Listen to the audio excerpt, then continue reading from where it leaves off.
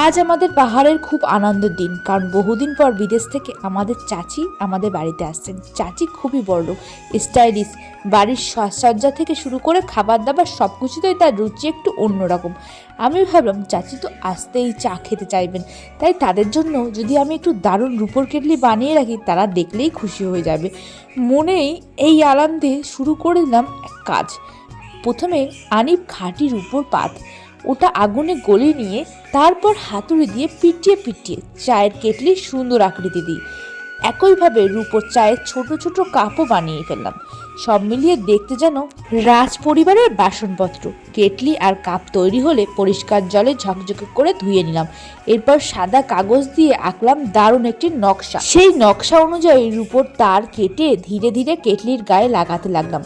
পরে একটু গরমে আগুনে ঝালাই করে নিলাম, যাতে এই নকশা সারা জীবন ঠিকঠাক থাকে।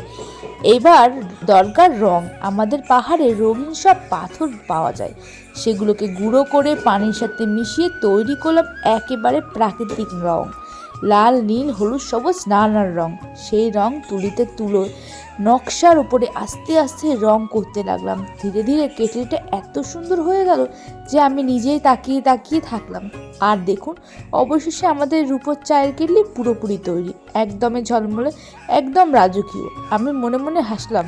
চাচি এটা দেখলে বলবেন, এটা তো সবার থেকে আলাদা, আমাদের পাহাড়ের মতোই সুন্দর।